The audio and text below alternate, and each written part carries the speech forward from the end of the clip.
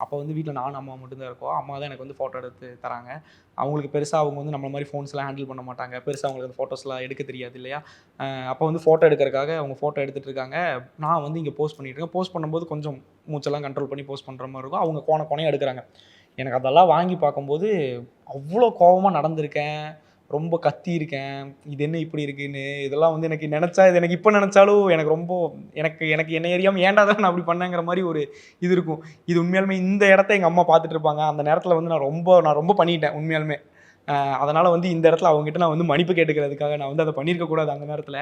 அது எனக்கு தெரியல. நான் வந்து டயட் இருந்தனாலயும், என்னோட மூட் ஸ்விங்ஸே கண்ட்ரோல் பண்ண முடியாதனாலத்துல தான் அந்த ஒரு நேரத்தில வந்து அவ்வளோ ரொம்ப ரொம்ப இதா நடந்துக்கிட்டேன்னு நெனைக்கிறேன். இத பார்த்துட்டு இருப்பீங்க. கண்டிப்பா அன்னைக்கு நான் அப்படி நடந்துக்கிட்டதுக்கு ரொம்ப மன்னிப்பு கேட்கிறேன். சாரிம்மா தயவு செஞ்சு நம்ம இன்னும் அடுத்த காம்படிஷன் பண்ணும்போது இந்த அளவுக்கு வொர்ஸ்ட்டா நடந்துக்க மாட்டேன்னு நெனைக்கிறேன். எல்லா பாடி பில்டர்ஸும் நடந்திருப்பீங்க.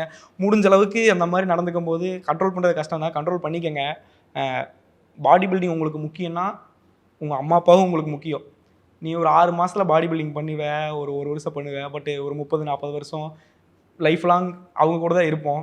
அவங்க ரொம்ப முக்கியம் இல்ல. அவங்களுக்கு அப்புறம் தான் எல்லாமே.